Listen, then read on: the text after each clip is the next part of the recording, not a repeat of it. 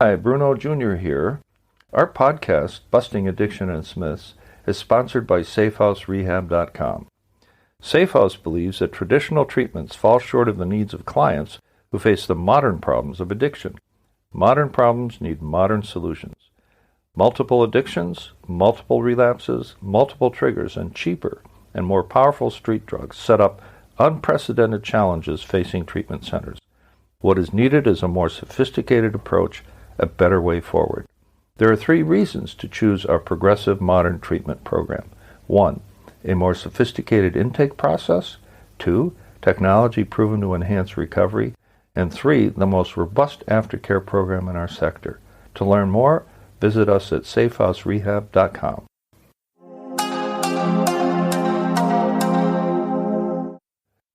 This is Season 13, Episode 7, and the name of this episode is called Just Say No is Irrelevant.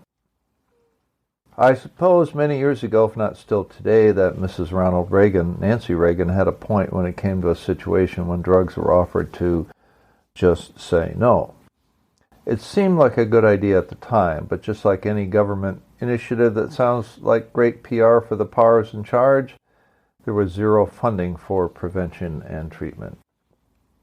It was a nice idea, but so simple-minded, one has to laugh. About the only situation where the just say no idea had any merit was to try to teach the parents of kids at risk that drugs were to be avoided with a simple no. Science teaches us that once a person gets addicted, he or she loses the power of choice in the matter. Permit me to say a few things about the leading research organization on drug abuse in the United States. The mission of the National Institute on Drug Abuse, or NIDA, is to advance science on the causes and consequences of drug use and addiction, and to apply that knowledge to improve individual and public health. In this regard, NIDA addresses the most fundamental and essential questions about drug abuse, from detecting and responding to emerging drug abuse trends, lately it's been fentanyl, and understanding how drugs work in the brain and body, to developing and testing new approaches to treatment and prevention. NIDA also supports research training, career development, public education, public-private partnerships, and research dissemination efforts.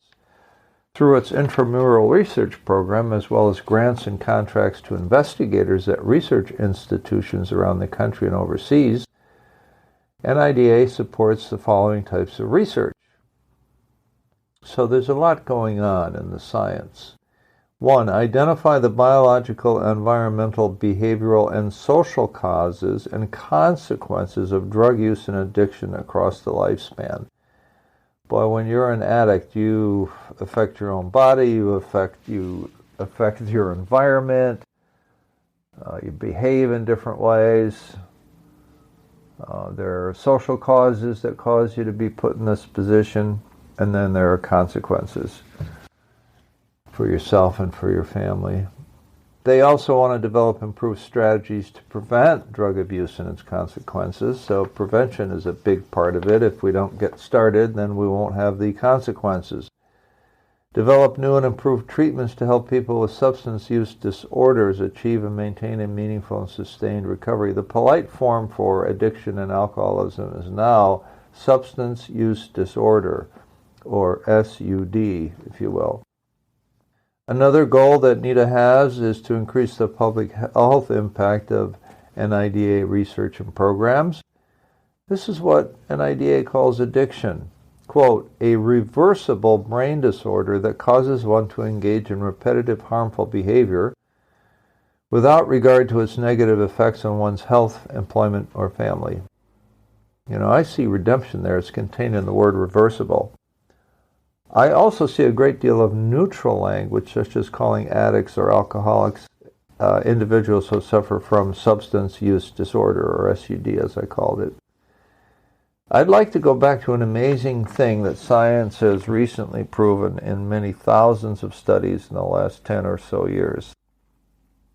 I speak of the concept of neuroplasticity.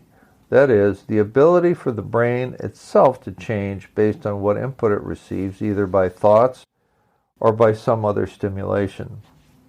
I've read at least 6 books or more on that topic, and the one that impressed me the most in its incredible forward-thinking approach, although he doesn't touch on addiction directly, there's another book or two I can recommend on that topic. This book is called The Brain's Way of Healing, and it's authored by Norman Doidge, D-O-I-D-G-E, M.D. He not only reviews the many research studies that have proven conclusively that the brain can heal disorders which were once considered irreversible, but he tells several wonderfully inspiring stories of people who changed the way their brains worked.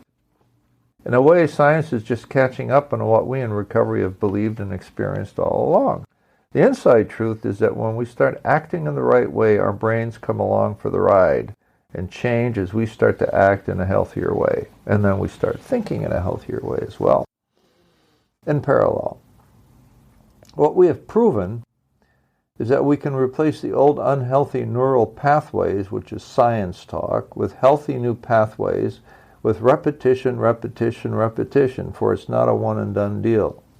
A change in thinking also helps recovery along, and we learn to change our thinking in therapy, in the 12-step meetings, and by reading what was published in 1939 and forwards. The main 2 books are called Alcoholics Anonymous and 12 Steps and 12 Traditions. And just visit aa.org to learn a whole lot more. Those of us who have experienced the miracle or the magic of recovery can attest that we have recovered from a, quote, hopeless condition of mind and body that only a surrender of our old ways of thinking can accomplish. The old, that is, the addictive way of thinking, has us lie, cheat, and steal our way through life in countless blatant or subtle ways. We borrowed money without any idea as to how we would pay it back. We created situations where our families had to bail us out, or else.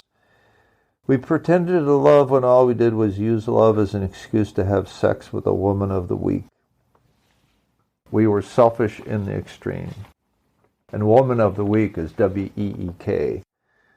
The healthy way of thinking has us restore our crippled self-respect and hold ourselves accountable, and live by a set of principles instead of by desire or fear.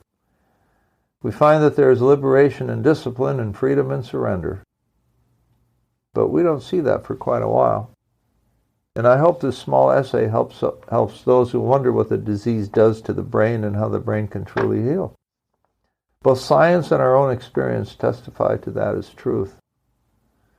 What have we learned about addiction in the brain today? Well, we learned that 1, science shows that addiction and or alcoholism are brain disorders that cause affected people to lose the power of choice. Therefore, just say number 2, therefore just say no only works in the very early going. Say as a teenager who actually listens to his parents before he becomes addicted. Number 3, there is astounding and definitive evidence that the brain can heal from what was once thought to be an irreversible condition. That doesn't mean that addicts are cured. 4, what it does mean is that new healthy ways of thinking and acting can create new neural pathways to replace the old unhealthy thinking and behavior with repetition. Number 5, that truth has been known since 1939 when the book Alcoholics Anonymous was published, describing the 12-step process which has been shown by experience to restore us hopeless cases to sanity and a full and happy life.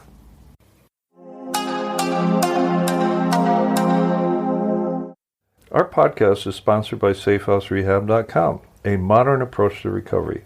To learn more, visit us at SafeHouseRehab.com.